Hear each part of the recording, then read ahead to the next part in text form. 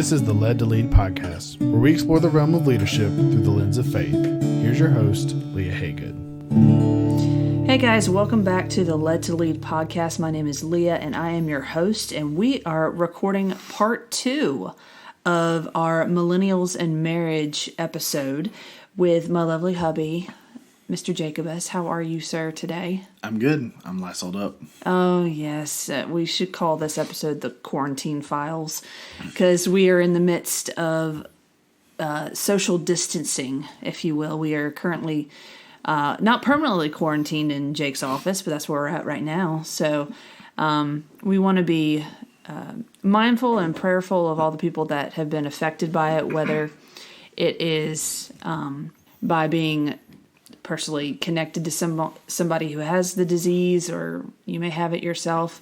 Know that we're praying for you. And I think it's interesting that right now our communities have kind of banded together, at least in where we're at in Greenville. They've had to shut down a lot of restaurants in the way they currently operate, but it's been kind of amazing to see everybody team up. Yeah, I mean, I think everybody's starting to really work together, and I think a lot of people are definitely affected by this, and so we want to be praying for them, praying for their finances. Absolutely. We want to be mindful of just what everybody's going through right now, so we love you guys. Another thing we want to be doing too, and just thought about it, is we want to be also supporting local business. And yes. Going, like, we went to Mythos and Greer and got some Greek food because we were both craving it. And yes. Make sure you're going and buying from local, and also make sure you're tipping. Because a lot of waitresses and waiters are working right now, and while they may be getting paid a little more, they're definitely not making what they normally make. So right. Support local. Highly, highly recommend that. Absolutely. We're big. We have entrepreneurial mindsets, and so we want to help out the little man. So wherever you're at, support like mom and pop restaurants, that sort of thing. So, but anyway, let's go ahead and get into what we're going to be talking about today. I said in part 1, if you haven't listened to part 1 yet, go ahead and check it out. It's more about what is a millennial and mindsets and just some cultural aspects of millennials and what scripture says about that. So, but we're going to be talking more about dating, romance, sex, marriage, just all that kind of stuff. That's a pretty lofty task, but I think we are up for the challenge. And one of the things we wanted to talk about first was just our own perceptions of marriage prior to even dating. So for me, I was raised, I am a Greer girl. So my parents are from the area. My parents now have been married. Let's see, they got married in 82, so they're coming up on 38 years of marriage, which is pretty insane. So I grew up in a Christian home. My dad was our church pianist. My mom led the handbell choir. Did you ever experience a handbell choir ever?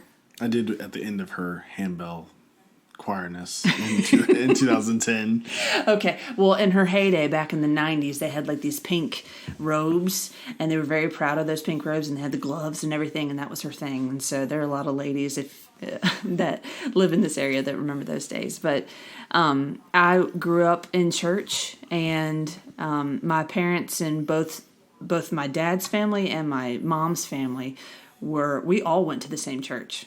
We all went to Brushy Creek back when it was at the corner of Old Spartanburg and Brushy Creek. So they grew up going there, and both my dad's parents and my mom's parents were married. They've been married a long time. My dad's mom passed away in 2008, but all my other grandparents are living, and all of them have been together. So commitment was really a strong value that was expressed through my family on both sides, which is pretty incredible. I didn't realize how much of a blessing and a rarity that is now that I've been out of the house. I've been married myself, and I see other families that divorce is fairly common. So for me to come from a background of married parents and married grandparents, I definitely took advantage of that. So going into marriage, I knew that commitment was number one, that especially I go back to 2008. That was the year that my grandmother died. That was my dad's mom. And it was also the year that my dad lost his job, which was huge, a huge hit financially for my parents. I didn't realize it then. I mean, I was 16 or 15 when he lost his job. And I really had no idea what the implications of that were. Like, they had to spend all their retirement to just make ends meet. And they were really good about not overwhelming us with finances, but I could tell that things were tight. So I knew that marriage was about commitment and that you're staying in it for the long haul, no matter what happens, whether it's sickness or finances.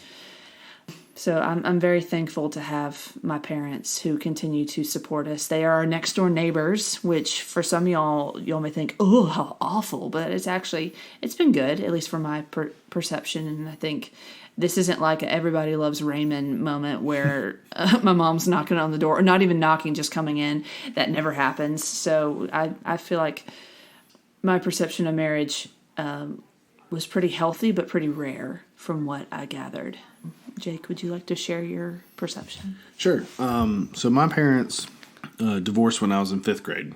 And so my take and view on marriage growing up was a little different than Leah's. And I saw a lot of hurt. I saw a lot of pain. My grandparents, my mother's parents were together until my grandfather passed away in 2011. And however, my dad's mother was divorced. And so looking at marriage and looking at what it was, it took me a while to really see what a godly marriage was and what it meant. And I don't fault the people in my family necessarily for what happened. However, I think everything's a lesson. And so I think it's just important to acknowledge that, our view of marriage was different. And sadly, a lot of America's view of marriage is different. Mm-hmm. The statistics show that 50% of people will divorce, even in Christian homes. So it's not so much a secular versus faith-based. It's people literally give up, or they think there's irreconcilable differences. And I think it's important that God doesn't necessarily see that. There are bad things that will happen, and there are times when the option is there. However, when we went into marriage, divorce was never an option. Mm-hmm. I used to joke around and say Leah had to kill me to get rid of me. So get that insurance money, man. So in that regard, that means we literally are with each other till the end. Mm-hmm. And I think having that mindset is what has ultimately helped us succeed, especially in hard moments. Because let's be honest, every marriage is hard. Mm-hmm. And I think there's a lot of people that have this misconception that marriage is going to fix everything. Mm-hmm. And that is the farthest from the truth. I have learned that marriage intensifies things. Yes. Intensifies bad habits that you may have. It intensifies your selfishness, if we're being honest. Mm-hmm. I had a sense of how I lived my life, did things, kept things clean, kept whatever it was. And that changed when we got married. So I think the perception of marriage for me was a lot different than Leah's, because I didn't necessarily see a healthy outcome of marriage. I saw, unfortunately, one that failed. And so just kind of looking at that, I think it's important to remember as you're going into marriage, just that your perceptions may be different, and that's okay. Mm-hmm. God has created you two different on purpose. I think for Leah, it was easier I remember her dad asking if he could handle, if Leah could handle being married to a family that, there was brokenness, there was hardship compared to how, all of them stayed together. Mm-hmm. One thing also I encourage you as you're dating is don't necessarily count somebody out just because of their family. Yeah. And it's on both sides of the field. There are things on my in-law side that bothered me a little bit, and there's stuff on Leah's side that bothered her a little bit about my family. And so the problems are all rooted in one thing, and that's we live in a fallen world. Yeah. With that, we should not judge.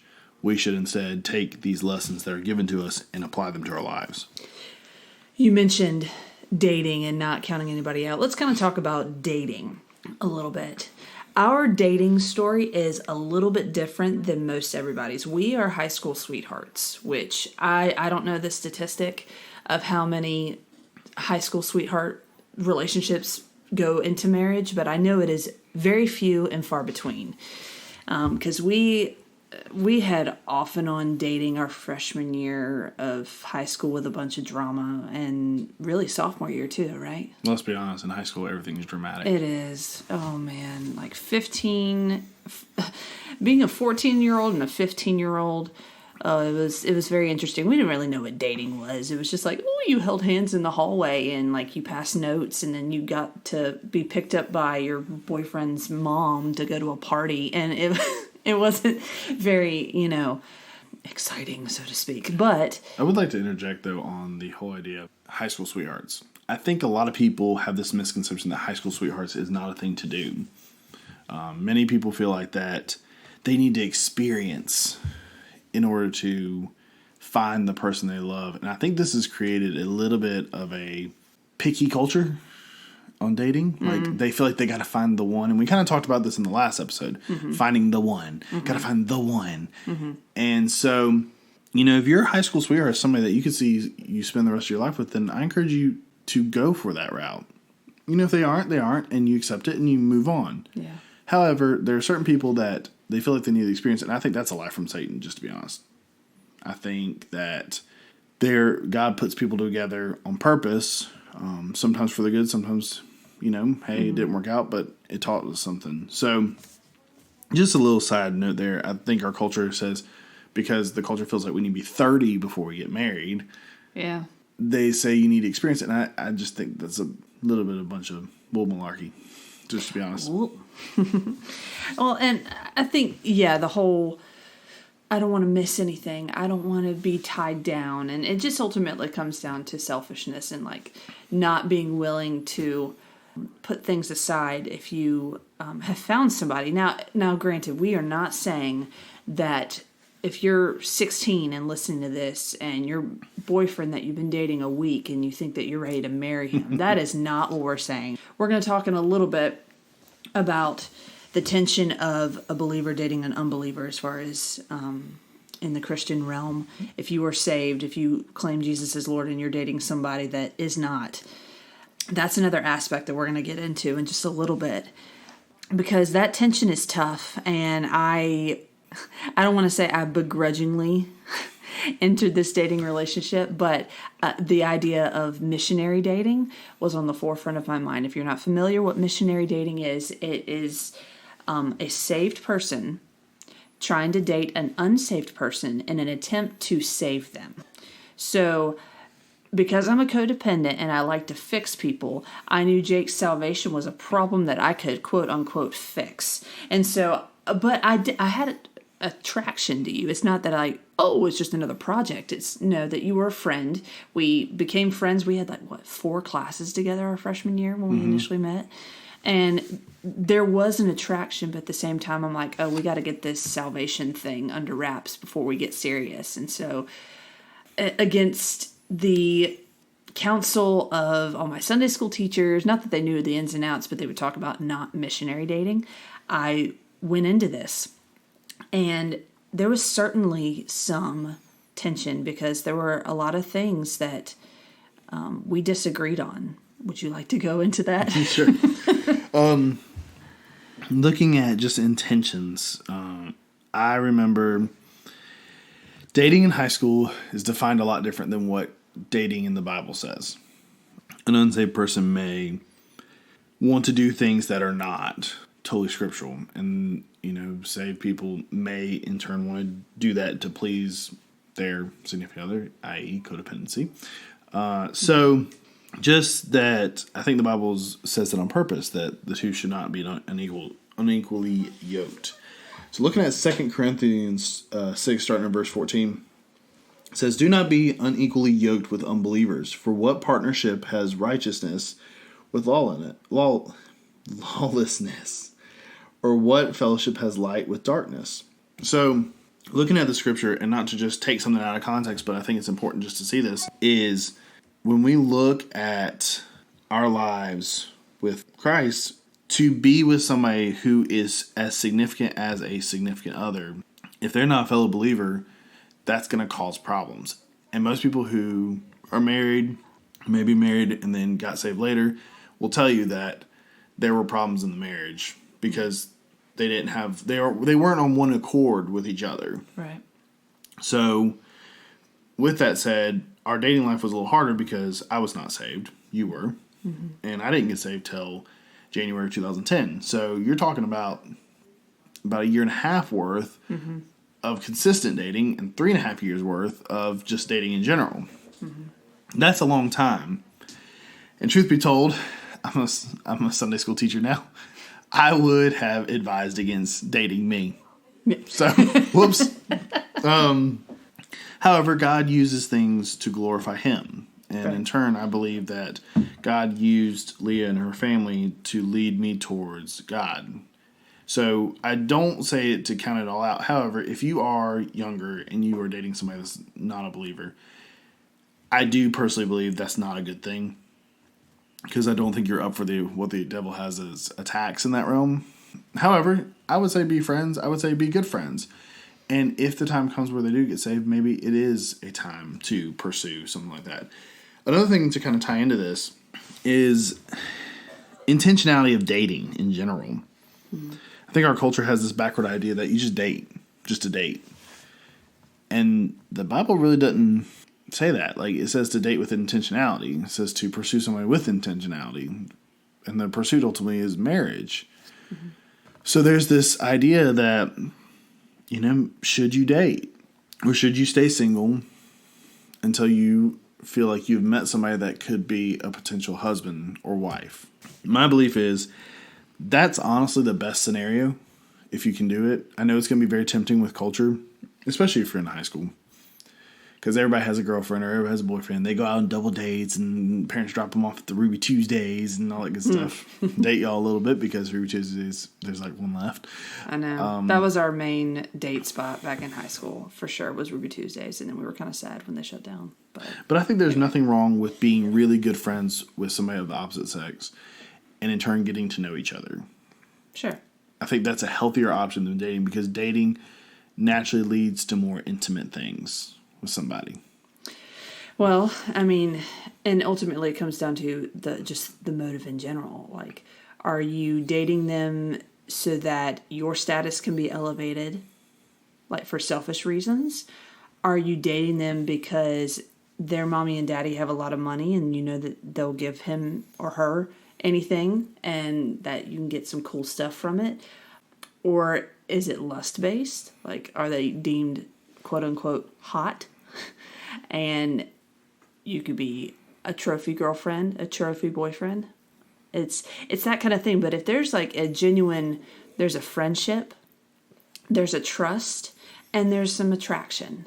Like, those are key things. But I think our culture is very much focused on the attraction part.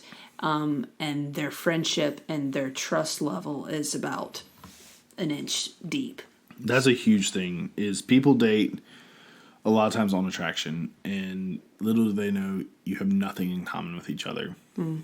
And also you break it off and you could go to places you shouldn't in intimacy with that person, thus giving up things that is saved for your spouse. That's a big deal in this, and that unfortunately is where a lot of our culture goes, and I think that's why trust is a huge thing, a huge issue today. Yeah. Our culture doesn't trust because we keep giving everything out. I see cohabitation is one of the biggest issues of today's culture. People are living with other people, not married, and one day they just up and leave. And you're like, well, why did they just do that? We were committed to each other, and you really weren't. You didn't sign the dotted line at the end of the day. So that person is allowed to leave scot-free and go on with their life. Yeah. And that's something we're going to get into as we get into marriage. But I think it's important, and just something I encourage y'all with. Do not live with your significant other till you're married. Not even an engagement. Yeah. And that's hard because it's going to be tempting. We were tempted in that realm to do that. So don't take this as I'm coming down on you. Please understand I'm right there in that boat with you. And I think one of the lies that the devil will feed us is that well, do you really know them? Like, are you, like, you should probably know all of their quirkiness, all their bad habits. You should know that before you get married, so that way you're just more aware. That is just a trap waiting to happen, because you can survive if he doesn't close the cap on his shampoo right and get shampoo all over the shower. That was just a random example. I could give a real example if you want. Or if you leave 1 second on the microwave. Yes, y'all. This has been a struggle. Even yesterday in quarantine, we're already like kind of feisty. And Jake has a thing about if he heats something up in the microwave, he doesn't like to hear the beep of that it's done. So he'll stop it with like 1 to 5 seconds somewhere in there and leaves it there. It annoys the poo out of me. I'm like, why don't you just let it in? He's like, well, I don't like the beep. I said, well, it's going to beep anyway with you stopping it. So anyway, that's real talk, y'all. It's clear the time off the microwave. Anyway, which coming to frustrations, let's talk about engagement. Gosh, just don't. No, we have to, because engagement is a weird but necessary season. Let's talk a little bit about when we started talking about getting engaged. It was while our freshman year of college, right? Or was it right after the summer before? That was January of 2011. Okay, yeah. We started talking about marriage because we got engaged May of 2011. Yes. So we felt led. So looking at the backstory, I got saved January 2010. I became part of Brushy Creek and their college group in about July or August of 2010. I was still a very, very, very new believer. God had radically changed my life. He was working in me. You know, I went from being on a party scene to completely devoted to what he wanted me to do. And so with that, I was trying to figure out just the salvation aspect in general.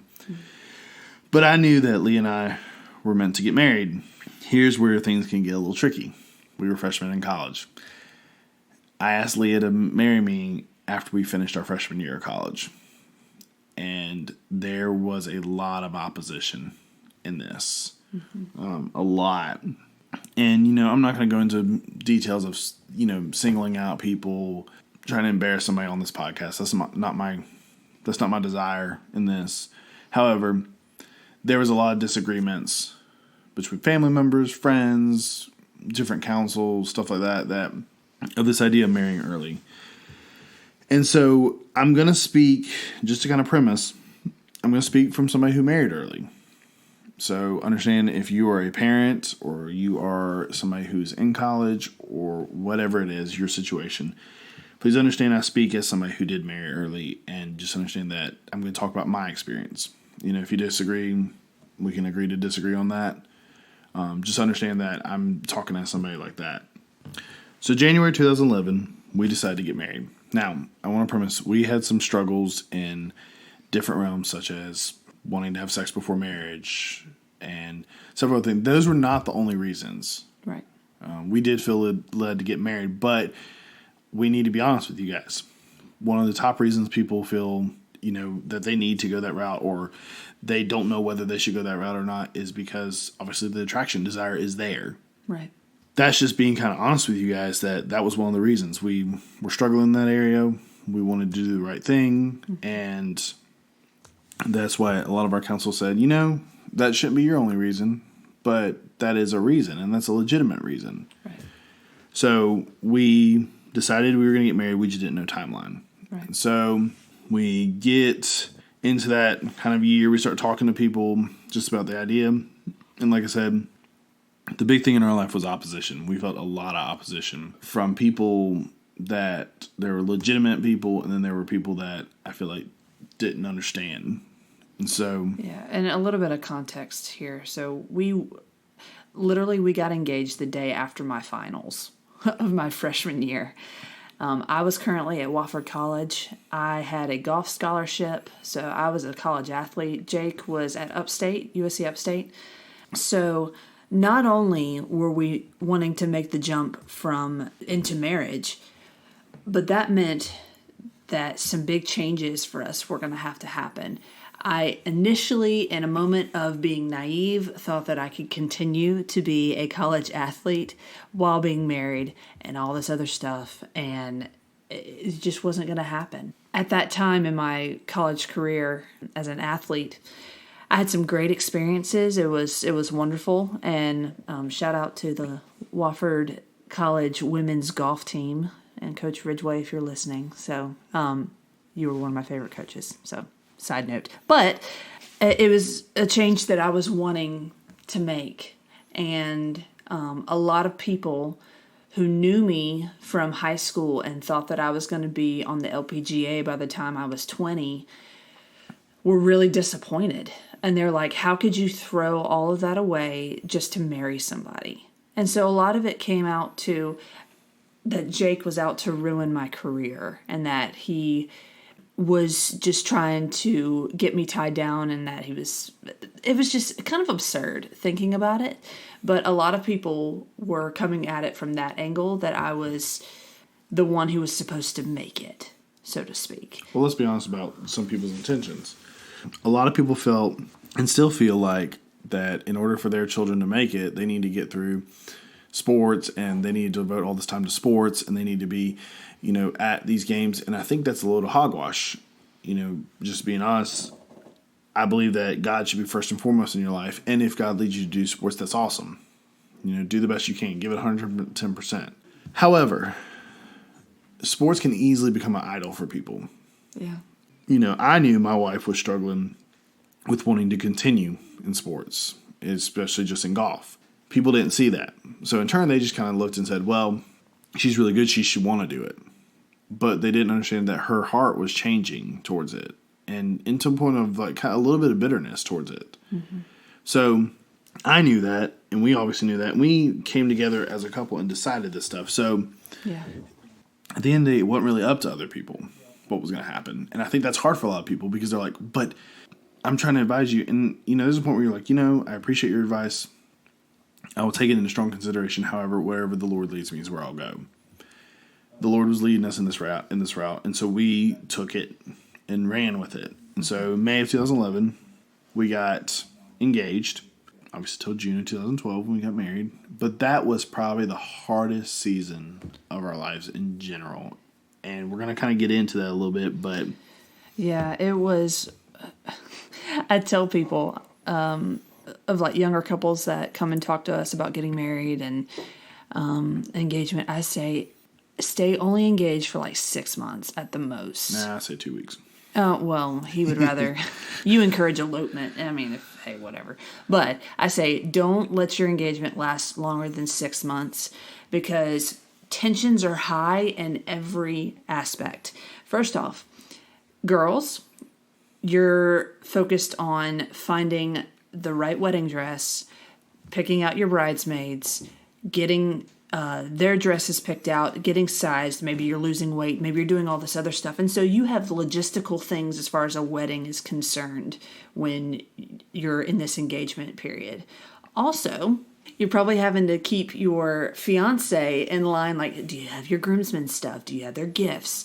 Do you, like, how are we looking on invitations? And they're like, I don't know. And we definitely had moments of that. So there's just the logistical side. On top of that, there's a sexual tension. Let's just call it for what it is. Because you're not dating, but you're not married, but you're going to be married. So you have the mindset of like, well, like, what's the big deal if we're going to get married?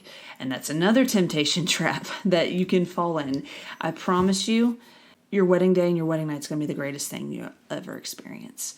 However, in this period of engagement, we were engaged for a year and a month, which was a year too long. No, I'm just kidding. It was too long. It was just so long. It was originally going to be 2 years, actually, but we bumped it up because it was just so difficult. And you can plan a wedding pretty quickly, so save yourself some pain and stay engaged only for like even 3 to 6 months. Seriously, you can get it done. It doesn't have to be the fanciest, most expensive wedding. Your parents, girls, your parents will thank you for not blowing up the budget of a wedding because they can get very expensive. Well, let's be honest, that weddings, is the day where the bride gets to be essentially the center of attention in a lot of ways. And that's awesome.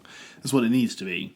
But a lot of times we make it this big to-do, and the wedding is just simply the beginning.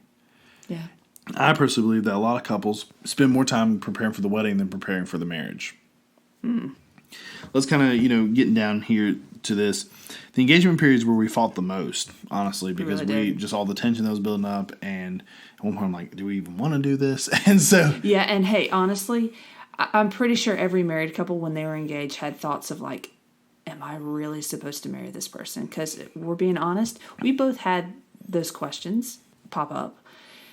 Because we're like, oh crap, like this is actually hard work. So it's really a pregame to marriage.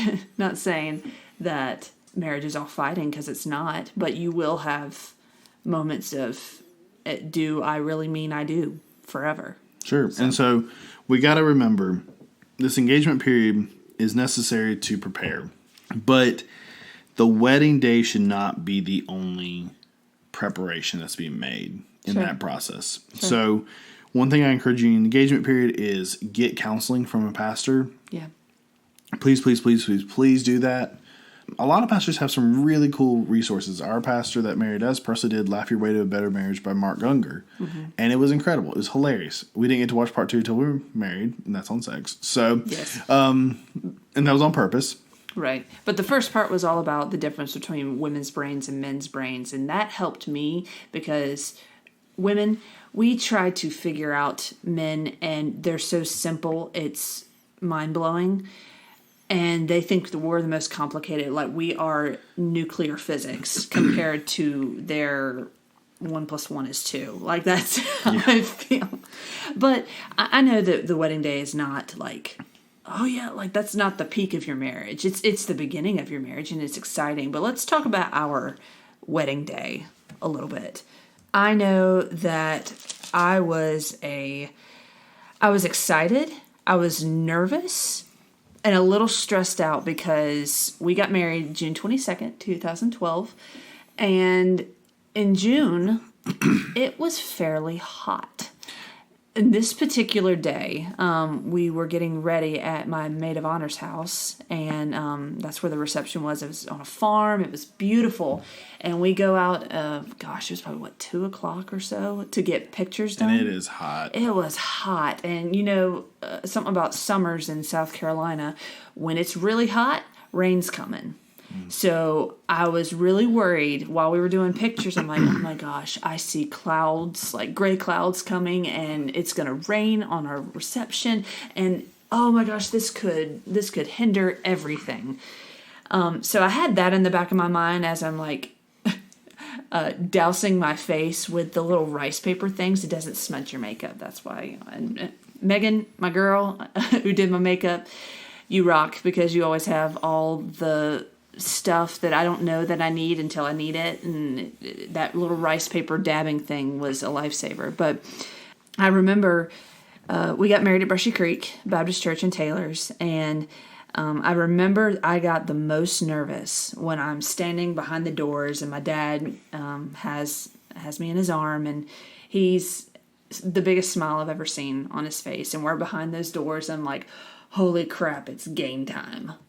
And the doors open, and I didn't cry or anything, but it was just this moment of like, my heart is racing, everybody's looking at me, but it's really happening. What we've been talking about, thinking about, dreaming about for the past year and a month, and probably several hours. I had a countdown, it was bad, but everything was finally coming to fruition. However, I find out later that Jake did not have so much. Like, you were happy, but you were a wreck. So it wasn't a wreck, but it was close. Yeah. so kind of just, the pictures were great, went great. It was hot, but I remember laying down like near an air vent to kind of cool off, because I'm hot-natured in general. So I remember waking up that day, like longest day of my life, pacing around, trying to get ready, and go to lunch, come back, still taking forever. And then it was time to head up to the farm to do the pictures. And I remember being so excited, and the pictures went great. The first look was great. There's something to be said about a bride and her beauty as far as the wedding day is concerned. The glow is real. And so I remember the doors opening when the wedding started, and just all of a sudden I was like, I feel like I'm going to be sick. And that's not to say I looked at Leah and said, I feel like I'm going to be sick. When I get nervous, I sometimes get a little queasy. So I remember thinking to myself, I need water. But it was too late. It was time. So needless to say, we went, had the marriage ceremony, went great. Everything went perfect. Mm-hmm. And we were married within about 15 minutes. And so it wasn't that short. It was like 20, 25. Okay, 25 minutes. Still.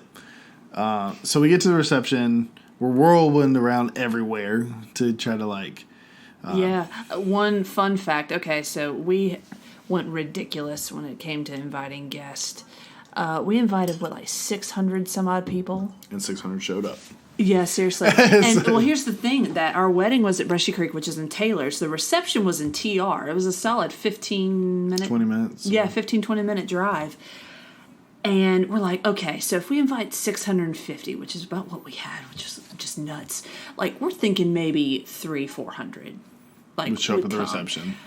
Every single one of them showed up, and they stayed even after Jake and I left the reception. Which is awesome. That's what we wanted. Yeah, it was incredible. And the beauty of it, the Lord is good, because when we got there, it was cool. It was cool. Oh man, it was wonderful, because it was 6:30, 7 o'clock. So it was the sun was setting, and everything had cooled off. I did almost set my dress on fire.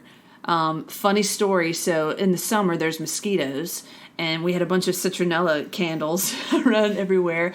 And I saw some people, and I went over the ledge. There were these railroad ties that I stepped over. Well, I didn't know it at the time, but when we came back from our honeymoon, I looked at my dress, and I had smoke streaks up my dress. I could have set myself on fire, really, at her reception, but the Lord is good. It was cool. It was so much fun. People were dancing. We had hay bale couches, and it was from the barn, and it was great. It was one of the most fun times, and we did, a lot of bride and grooms aren't able to eat, but they pulled us aside and said, here, eat something. And in 2 minutes. Yeah, we literally ate in 5 minutes. We were starving by then, but it was barbecue, and so it was really good. It's really good. So, looking at the wedding day and the wedding night, it was incredible as far as just the ceremony, the reception. Everything went perfect. And so it really did. We left there and obviously went to... She's laughing at me right now. Had our wedding night, the start of our honeymoon, and like I said, I'm not going to go into a bunch of detail on that. What I will share with you guys, though, is, looking at just the Song of Solomon, when he talks about his wife's beauty, that's something, guys, make sure to really pour into with your wife. I mean, obviously, there's obvious things that happen on your wedding night, and so... You can say it, it's okay. Obviously, you're going to have sex. Yeah. I would hope. And so, consummating the marriage, it was obviously incredible, but you need to also focus on her beauty, too. Mm. And focus on just praising God for what you've been given, because you've been given something special. God gave you one of his daughters. Mm. That's a princess. So, you got to treat him like that. And so that's something I really... obviously we talk about the fun stuff, as far as sex, and we're not going to get into too much stuff, but we'll get into enough to kind of obviously lay out the grounds of it. Yeah. But what I really want y'all to focus on in this topic is treasuring your spouse when you do get married, and not just in the attractive sex realm, but in the idea that you've been given a princess by the King of Kings, and so you need to treat her that way. And that's sadly where a lot of things go wrong.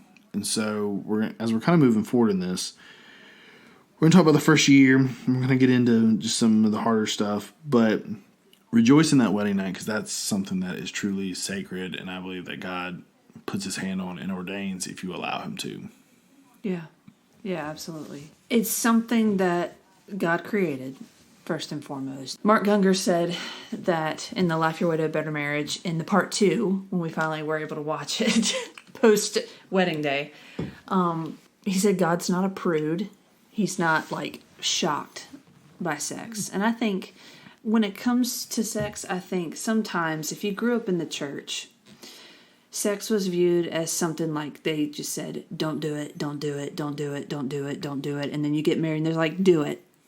And they tell them nothing else. Like, pretty much they know, like, yeah, you can get pregnant and you can catch a disease. And that's pretty much it. And like, well, the key to that is the church did fail in some sense of this, is not teaching people that God does bless sex. And if you put him into your marriage, he's going to create a healthy environment. Sadly, a lot of us, if we're being honest, our view of sex has been poisoned by whether it's pornography or different things, whether it's premarital sex with other people, whatever it is. And God, thankfully, his mercies are new daily. So if you've ever been trapped in that or have done that, understand God, you ask for forgiveness, he's going to free you from that. Mm-hmm. But it's something you're still going to carry with you.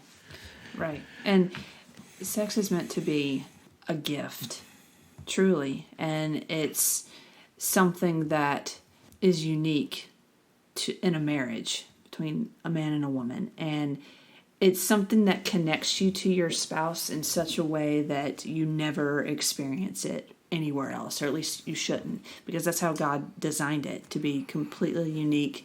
And it's not just for procreation, which, it's for enjoyment. It's for enjoyment. And so, looking at this, I think we should look at Ephesians 5, starting in verse 31. Therefore, a man shall leave his father and mother and hold fast to his wife, and the two shall become one flesh. This is obviously shown through the physical act of sex, in case you haven't figured that out. This mystery is profound, and I'm saying that it refers to Christ and the church. However, let each one of you love his wife as himself, and let the wife see that she respects her husband. When you get married, it's not 50-50. A lot of people are like, what? It's 100-100. Actually, I even say it's 110 to 110% on each side. You've got to work your side. Yeah. Because here's the thing. You can tell your neighbor all the time that his garden looks terrible, but if you don't take care of yours, you're just as bad, right? If you don't toil your soil, you don't plant your plants the right way, you don't water them. However, you're looking at your neighbor saying, hey, why isn't yours nice? You look like a hypocrite. So this is something that... And this is kind of proceeding into the whole marriage thing in general. When we look at, we're going to kind of jump back a few passages, sorry, not passages, but a few verses. Starting in verse 22, wives, submit to your own husbands as to the Lord. For the husband is the head of the wife, even as Christ is the head of the church, his body, and himself its Savior. Now, as the church submits to Christ, so also wives should submit everything to their husbands. All right, let me stop real quick, because I know a lot of people in here are just like, wait a minute. Submission. Submission, what is that? The second part of this, what I'm about to get into, hits on the other side. But wives, and Leah can attest to this, you are to be submissive to your husband. And I know we struggle with this. There can be a lack of respect that starts to happen because we think we know what's best. And it's a selfish mentality that can kind of start dwelling. But understand that if your husband's seeking the Lord and he's living for the Lord, and even if he's not, you agreed to respect and submit to him as the leader of your household. Now, your father, God, who loves you, can clobber him in the head better than you can. One time heard that it's better to get out of the way of the big old bowling ball that's about to hit somebody than to try to do it yourself. So don't let yourself get hit in the process. Let God deal with it. The power of prayer is what's going to change your husband or your spouse. Because, in turn, it says, husbands, love your wives as Christ loved the church and gave himself up for her. So, husbands, you just heard me say, and I'm sure you tuned out after that wives should submit to you. However, there's a catch to this. You are to treat your wife as Christ treated the church and gave himself up for her. That's a huge undertaking. Can I tell you something? Your selfish ways just now got knocked out by God. See, wives, I told you, just get out of the way. That he might sanctify her, having cleansed her by the washing of water with the word, so that he might present the church to himself in splendor, without spot or wrinkle, or any such thing, that she might be holy and without blemish. In the same way, husbands should love their wives as their own bodies. He who loves his wife loves himself. For no one has ever hated his own flesh, but nourishes it and cherishes it, just as Christ does the church, because we are members of his body. All right, so that's a lot of meat in those verses. Here's kind of a summary of that.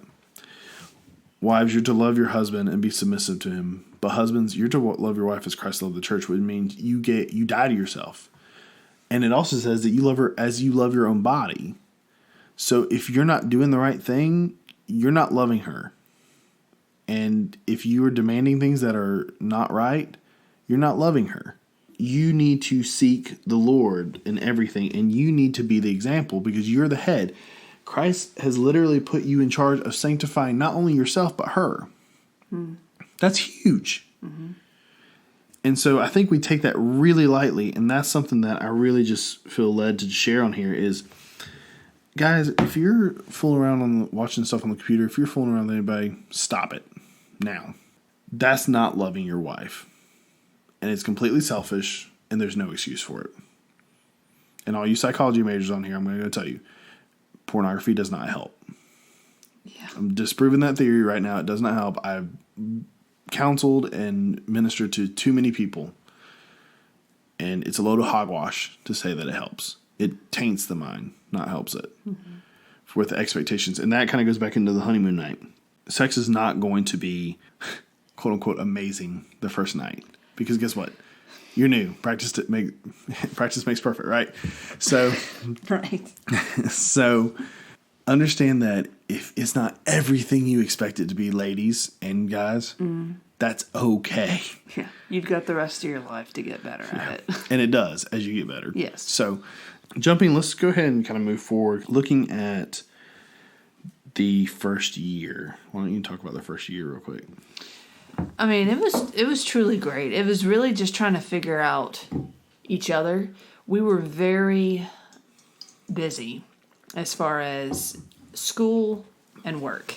We were both in school at the time, and we were both working full time. As mentioned in part one, that we were on opposite schedules for a period of time, and it was kind of wild to try to get used to the swing of things. We, about 7 months into our marriage, we came across a little puppy. That was our little fur baby, and her name was Harley, and it's a little sensitive to talk about it because we just recently had to put her down. She had some health issues, and she's a great dog, incredible dog. That was our first little child that we had in our first year. We bought a house in our first year, so we moved from renting a property that was in my family to buying our first home, which is a whole new experience of having your own space. There was a sense of pride that, yeah, we can do this. We can afford a mortgage and all the other stuff. And we thought that we could afford a lot of things, and including car payments and credit cards. And if we could, if we didn't have it now, we could just take out a credit card and buy whatever we needed. So having that mindset kind of set us up for a rocky next few years. Like our relationship wise, we were fine. We were good. Yeah. But then we got into it was 2015 that was a hard year. it was rough. 2015 and 2016. So in 2015, our first son was born, little Isaac. He was born in July 29th of 2015. And that in itself was kind of rocky, just for if there's anybody who is listening that is either pregnant with their first child or just had their first child. It is a new ball game because it goes from being just you and your spouse, you can do whatever you want, to, oh, there's another human in the picture that we're having to take care of, that we're having to feed, that we're not able to go do whatever we want. And from a female perspective, my body is totally different than what it was when we got married. And Jake didn't change. And that's how it's supposed to be. But there was some issues, there was some tension with his expectations from me after having the baby. I know that when I had Isaac, it was so cold in the hospital, and we stayed there for 2 days, and Isaac was cold, I was cold, and so I slept in a 48-hour period. I think I slept 4 hours, and I was exhausted when we got home. I was super emotional. If I didn't have family that was there to help support me, I would have had bad postpartum. I cried a lot. It was just a big transition, and I was like, crap, what have we done? Yeah, so there's several things about 2015 that changed. Number one, my job changed. I went back to working for a construction company rather than I was a manager at Waffle House early 2015, and when we got pregnant with Isaac. Mm-hmm. The finances changed a lot because I took a job of lesser pay, but to be home more. Right. So that changed, and then on top of that, we're trying to figure out how to be parents. Yeah. And there's no book that can teach you how to be a parent. They can give you little good insights here and there. I'm thankful my mom stayed a week and her mom stayed a week after Isaac was born to help just kind of things to function better. Mm-hmm. I think it made a huge difference. But ultimately, 2015 was one of those years that was challenging. So, changed jobs. We have Isaac. And in September, I was in a wreck. Mm-hmm. And I think that changed a lot in me. I was hit on I-85 in Greenville. Guy was going 70 miles an hour and plowed in the back of my truck. Mm-hmm. And thankfully, my life was spared. I was fine. I was able to get out. The car was even drivable. But I think something in me changed because I hit my head and something mentally began to change. And so I began to struggle with depression, anxiety, really just getting to the point of almost irrational thoughts began to settle in. And so with that, I began to struggle, and I didn't know how to tell my wife, who was struggling with postpartum, this stuff was happening because she was going through enough. But she knew something was wrong with me, and so this kind of led to a little bit more of us butting heads rather than working together, and it kind of led into the next year of just a lot of pain. And on top of that, in November, we both got hand, foot, mouth. Yeah, Isaac, you hear about it with babies and toddlers having hand, foot, mouth, and he was the carrier. He showed no signs, but Jake and I both got hand, foot, and mouth. It was right before Thanksgiving, and we're trying to bring Isaac down. I was emotional because I was breastfeeding at the time, and I felt like I couldn't. I just had to pump and watch my mom give Isaac the bottle, and it was super emotional and painful. It is oh my gosh, it's one of the most painful and uncomfortable things that Jake and I have ever experienced. There was a 24-hour window where I was just up because I could not sleep because my hands itched so much. Yeah, it was awful. It's rough. So, with that said, we had that going on. It was one of those areas where we struggled, and into the next year, up until July or August, I believe, we went to the CR Summit in California. Is the annual summit for Celebrate Recovery. It's out at Saddleback Church where Rick Warren's the pastor, and we were out there. I had just found out, goodness, I was 4 months pregnant? Mm-hmm. So not only was we were dealing with recovering from hand, foot, and mouth, then a few months later, I find out that I'm pregnant again. And we moved. And so it was just a bunch of change all at once. And so at the time in August, I think I was 3 months pregnant. We're out there, and you can take it from there. Yeah, I actually think you were 5 months because you were found out at 8 weeks, and we found out in June. Oh, okay. Somewhere in there. I was somewhat pregnant. So we went out there, and the devil was working overtime on me. The depression and anxiety was taking a toll for its worse, to the point of just, I felt like I couldn't even function. And I contemplated and almost attempted suicide while we were in California. Mm-hmm. Thankfully, God stopped me. And I'm here today by His grace. However, I knew something had to change. So when we got back to South Carolina, I went to see our doctor. And there are several factors that contributed to it. Number one, I've got severe sleep apnea, which finding out I wasn't really sleeping at night makes sense because when you don't sleep, you don't recover, and you have issues with, I wasn't breathing, so I wasn't getting in REM sleep, and therefore not able to process anything. So we were able to solve that. I did get on an antidepressant, which I still take to this day, and it helps just with some of the gaps and, synapses and all that medical stuff. But the point is, it helps my brain just better think and focus. And we made improvements, but we didn't realize what was about to come. We thought we had just weathered the toughest storm in our marriage, and we didn't even realize what was coming for us. Which leads us into December of that year. It's 2016. Yeah, where I lost my job again with the same company. And that led to a whole nother realm of issues. But needless to say, I was jobless. My wife made about $800 a month, and that doesn't pay even close to our mortgage. I knew in that moment that we could potentially lose everything. Yeah. And it's funny, when I came home from losing my job, I had this peace, though. Like, I wasn't freaking out. I obviously was kind of thinking, I was like, ooh, how are we going to figure this one out? But I remember the Lord saying, I'm going to be with you. And I think that's something to remember, guys. The Lord didn't promise no trouble. He promised to simply be there during the storm. So we're jobless. Caleb is coming in 2 months at this point. Yeah. Leah's 7 months pregnant. I'm without a job. And it's one of those situations you look and you're like, yeah, I could probably lose everything right now. And we were willing to take on that task. And so I was working part-time at Waffle still, cooking at night, and I picked up obviously way more hours and started working to where we could get out of this hole we had dug ourselves in.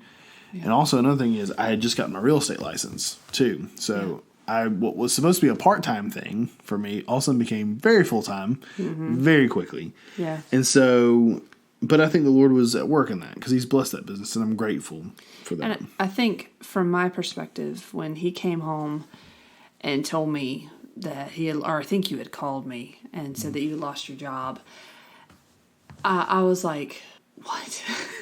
I was shocked. But I'm the kind of person that I want to jump in and help and try to fix it. This is one of the few times in my life that I've felt truly helpless because nobody's going to hire a 7-month pregnant woman anywhere. So I was like, I can't get a job anywhere. I can't earn more money with the job that I'm currently doing. So I just felt stuck. However, this really caused us to look at our finances. I shared earlier that we were just willy-nilly credit card debt and car payments and stuff. And this time frame really forced us to look at our spending habits. It looked at things that we could sell, things that we could get rid of. And thank you, Dave Ramsey, for opening our eyes to credit card debt and all this stuff. And even in that from January to February, we paid off thousands just by selling stuff and not going out as much and all these other things. And Caleb's delivery expenses were covered completely. So the Lord provided in that as well. So him losing his job, it's scary. It's freaky and thinking like, crap, we can't even buy Christmas gifts. It was scary, but at the same time, we were blessed through it by us. If that had not happened, our spending habits probably would have stayed the same and we would have been in deeper trouble. We were the American family. We had 2 cars, a truck, and a van, and a nice house, and everything you could want, so to speak, but we were drowning financially. Yeah. And so I'm grateful for what God did in that moment where he began to change. So year 4, while it was the hardest year for us, it also was the most learned, and I think it's what put us on the path of trajectory of success. Yeah. Fast forward to today, where this coming June we'll be celebrating 8 years of being married, which is crazy. But we are able to, we're able to do so much together, really, and as a family. And one of our goals that we have talked about all throughout our marriage is being able to do ministry together. And I think that's been the most rewarding thing. Through Celebrate Recovery, I lead the worship for the Celebrate Recovery that we attend. Jake is the training coach and a small group leader, open share group leader, and large group teacher. And it has been super rewarding to be able to do this as a family. And our kids, they are currently in the child care portion of Celebrate. They're in pre-recovery. They're in pre-recovery, yes. But Isaac will be going to Celebration Place, which is the elementary school age recovery program. It's been really incredible to just learn and do things together as a couple. It's been huge. And I think it's what God ultimately desires from us at the end of the day is to grow as a family. So looking back at the past 3.5 years, since all that, a lot of takeaways from it is, number one, rely on the Lord.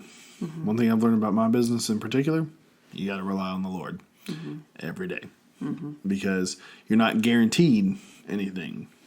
So it's taught me that, but another thing it's taught me in doing that is trusting Him, trusting in His way, His good and faithful purpose of my life and Leah's life and our life as a family.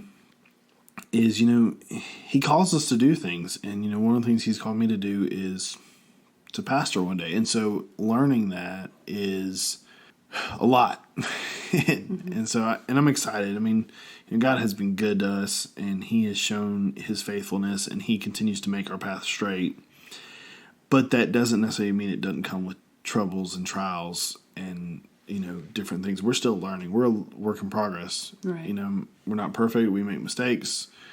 But the point of it is we do it together now. Right. That's the only way we can do it. Right. One of the aspects that I wanted to talk about was actually a suggestion that some people in our friend group, when we told them what we were going to be talking about on this episode, they said, will you please talk about this? And it was playing the comparison game. We're going to talk about 3 different segments of the comparison game. I think one of the things is comparing our family, like our marriage, to our parents, like our families' marriages. Jake and I, we were both raised in Greenville, but we have different backgrounds. He grew up off Rubber Mountain Road. I lived in Grur. And so, and on a main road, and he's like, what, you didn't live in a neighborhood? I'm like, no, Scooby-Doo. No, I didn't. I lived off a main road. I rode in the truck bed of my dad's truck growing up, rode bikes, did all this stuff. And not that you didn't do some of that, but I think you thought I was a little bit more country when you first met me. A little bit. And I think also we just had different expectations. I think going into marriage, like I expected Jake to be as free-spirited as I am. And he is the saver, I am the spender, and I would get mad when he would say that we need to save. I'd be like, you don't love me because you don't want to spend money for me. And I would just take it so personally. And likewise, I have evolved in the realm of cleanliness, not so much with personal hygiene, but with household cleanliness. He's stifling his laughter right now because his biggest thing, like even we argued about it like a month ago, was dishes in the sink. He can't stand dishes in the sink. Like that was one of his biggest pet peeves. And for me, I'm like, the house is a wreck. What do you care about dishes in the sink? He said, but they stink. And we could just go into this whole argument. But I was not a very clean person when it came to the house. And Jake was. He was just get it clean, get it done. You can talk about your frustrations with me now. I've talked a lot. Go ahead. Hit me with it. Yeah, I mean, we were definitely raised in different backgrounds as far as expectations of like even to the point of making up your bed and stuff like that. So for me, I'd get up, make my bed, get ready, clean. My room was typically always clean. It rarely wasn't.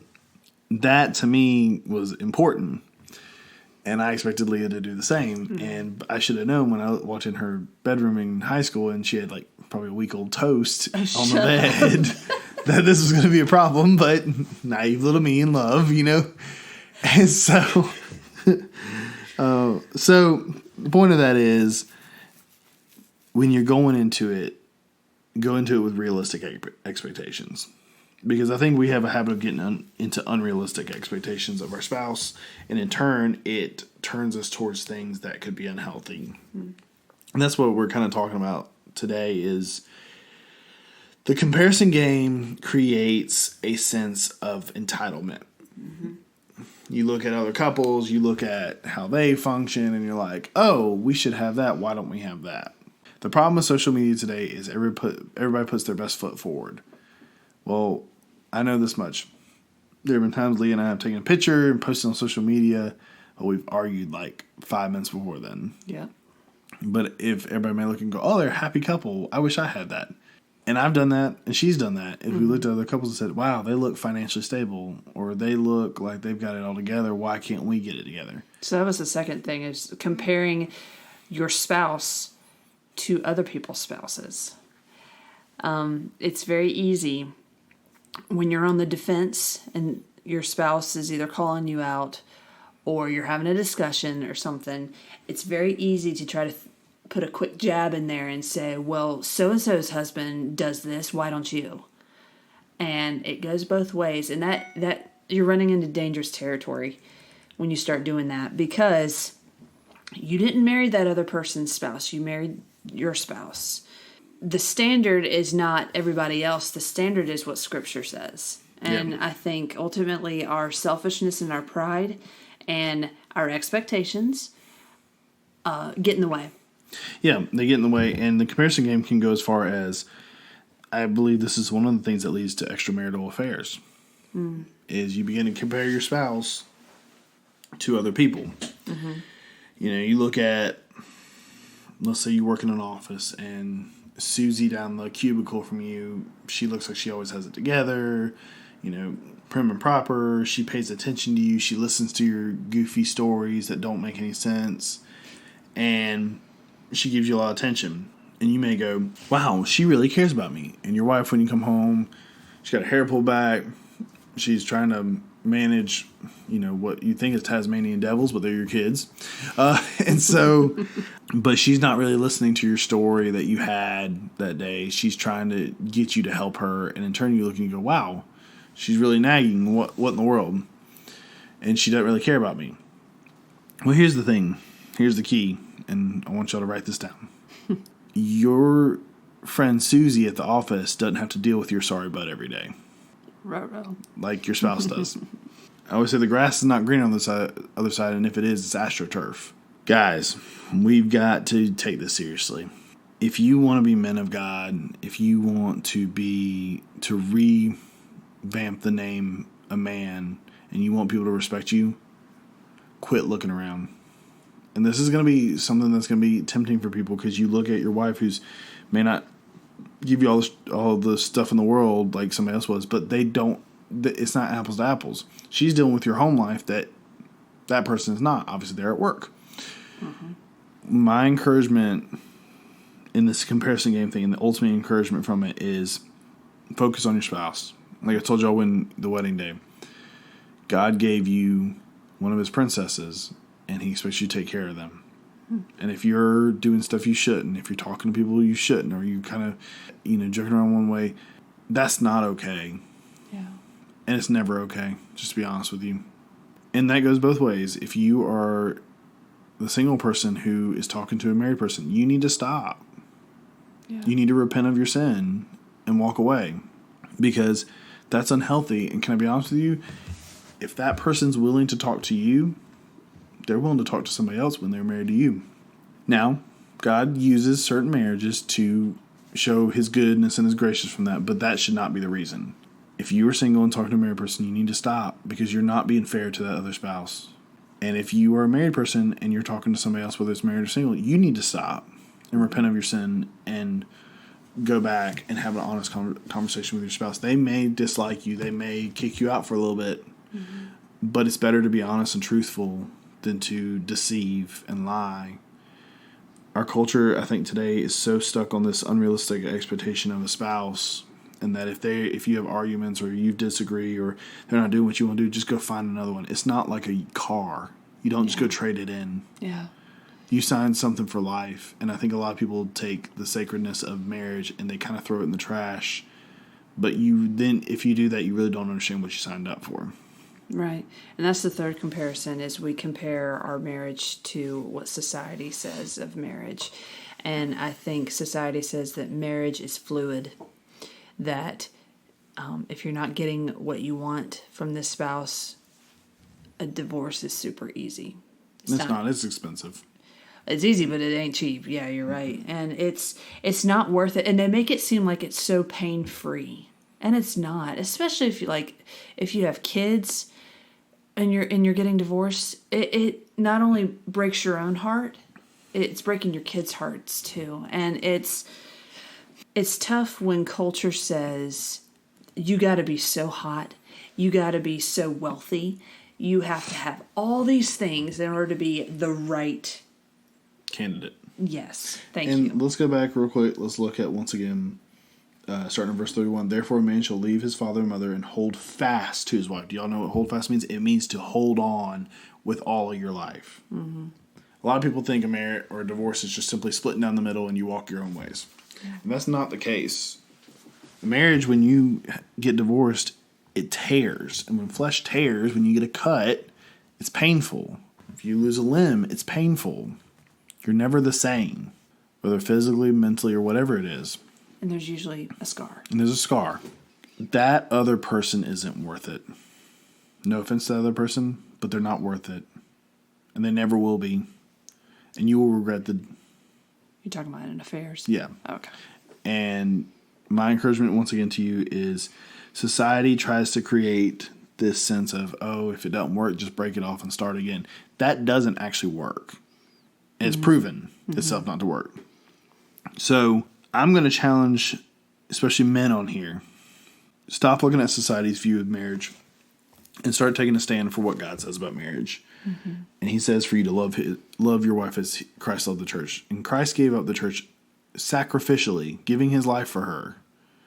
You know, we look at Jesus stepping down from perfection, taking on the body of a man, living for 33 years, and then dying on an old rugged cross, one of the most painful ways to die, going to hell for 3 days, and defeating death, then rising, and ultimately being the victor. There was a lot that went into that, and ultimately it's why we are free as Christians. And this, at the end of the day, is a Christian leadership podcast. If you want to be a true leader, if you want to really lead the world, your job's not going to lead it. Your worth in that is not going to lead it.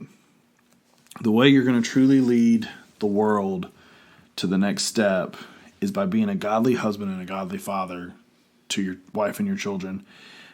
You know, I believe there's a reason why when it talks about the qualification of a pastor, it says his home life should be healthy. Because if they're going to be if they're going to be one of God's leaders, then your first ministry that you could ever do is your family. And I was taught that recently so many times, and I've been taught it so many times. But if I don't, really minister to my kids, then what am I doing? That job, like I just told you, I lost my job within like an hour. Mm-hmm. It was gone.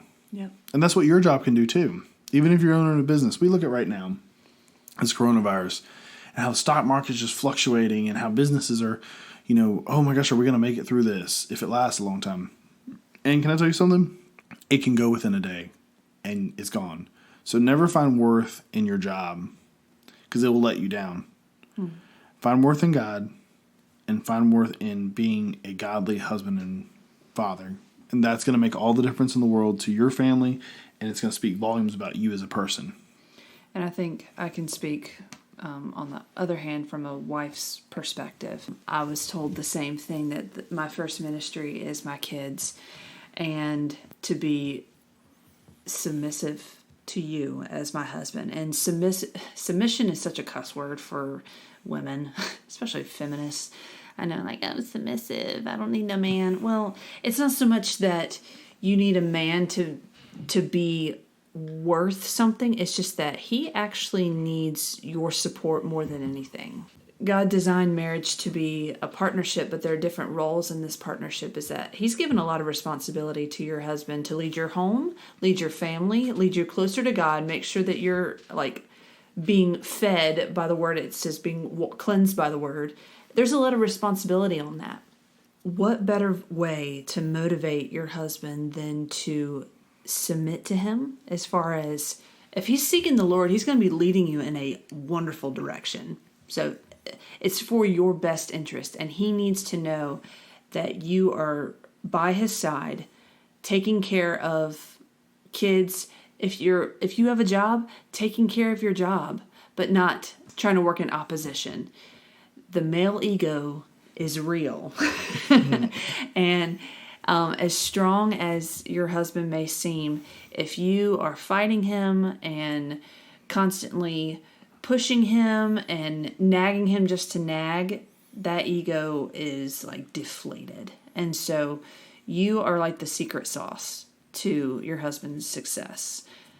And I think it's something that we as women have to swallow our pride and think that I can do anything that a man can. While there's some truth to that, women, you were designed to be unique in a way that you're nurturing, that you're tend to have a better sense of how to take care of people and things. You get things done, and you are like the groupie, not groupies, that's the roadies of behind the scenes with your family. So don't take that as a negative. Take that as you're essential, and hugely essential. You help it function, right? So they're complementary to each other. Yeah. So that in and of itself has been quite the tasking podcast, because it's a lot of deep stuff. Yeah. But some things I just want y'all to take away from it is, number one, with the comparison game, stop doing it. And I know that's easier said than done, but realize that it's not all beautiful. Like when you really look, it's like a glacier. You see the top of the glacier, but what you don't see is all the stuff below the water. So stop playing the comparison game. Number two, take your marriage seriously. I encourage you to stay in Ephesians 5, verses 22 through 33 if you ever have a question about what your role is in marriage. Mm-hmm. And if you're in a hard spot, I got good news. You're going to make it through it. Yeah. It will end. It doesn't feel like it at the moment, but it will end. And if your marriage is on the brink of falling, be the one to be the difference. Don't expect the other one to do it. Mm. You simply be the example. I promise you do that, and you give God the situation, and you begin to pray to Him to ask Him to change it. It's amazing what He'll start doing. Right. If you're in the engagement process, I got good news. That's also going to come to an end eventually. Yes. And we're praying for you. Amen. Hallelujah. And lastly, if you're dating, evaluate that. Is the person you're dating somebody that you could see marrying? If not, it's time to break it off. Mm-hmm. And if you haven't started dating, maybe wait. There's nothing wrong with simply waiting for that person. No matter what age you are, there's nothing wrong. Have realistic expectations, but be okay with the waiting. Yeah. And that's hard. Listen, I'm in a different waiting period with a different whole set of things. It's hard. I get it. Mm-hmm. But it's worth it. Right. So that's my take on this thing. And like I said, it's been a lot. I don't know if we addressed everything. I hope we did. We covered a lot of ground. I'm kind of swimming over here in my brain. But thank you, babe, for coming on here and being willing to be transparent with me, with our listeners. Guys, thank you so much for listening to part 2. Let me know what you think. Let me know if there's something else that you would like for me or both of us to talk about. I want to commission you to be in contact with us. The best way to do that is through our Instagram page, which is Led to Lead Pod, P-O-D, Led to Lead Pod. So make sure to follow us on that, and you'll get to be encouraged. I like to post different scriptures and quotes and pictures. Sometimes I'll put pictures of my family up, and I just love to communicate with you. So make sure to follow me on there. If you haven't already, subscribe to this here podcast on iTunes, and give it a rate and review. I'd love to hear just some feedback and Also, you can stream this on Spotify. Make sure to follow me on there, and on podbean.com if you want to check that out. They have an app as well. But I really appreciate you listening. Just keep an ear out for when we're going to release the next episode. I've got some ideas on pen and paper, but I haven't put them down yet as far as recording them. But I'm excited to move forward in this, and I hope that you are encouraged no matter what phase of life you're in, whether you're single, dating, engaged, married, or like even divorced, widowed, wherever you are. Know that we love you, and that everything that we've said on these past couple episodes is meant to encourage you, to challenge you, and to strengthen you. And we love you, and can't wait to hear what's going to come out of my mouth next. It'll be encouraging to you. Love you guys.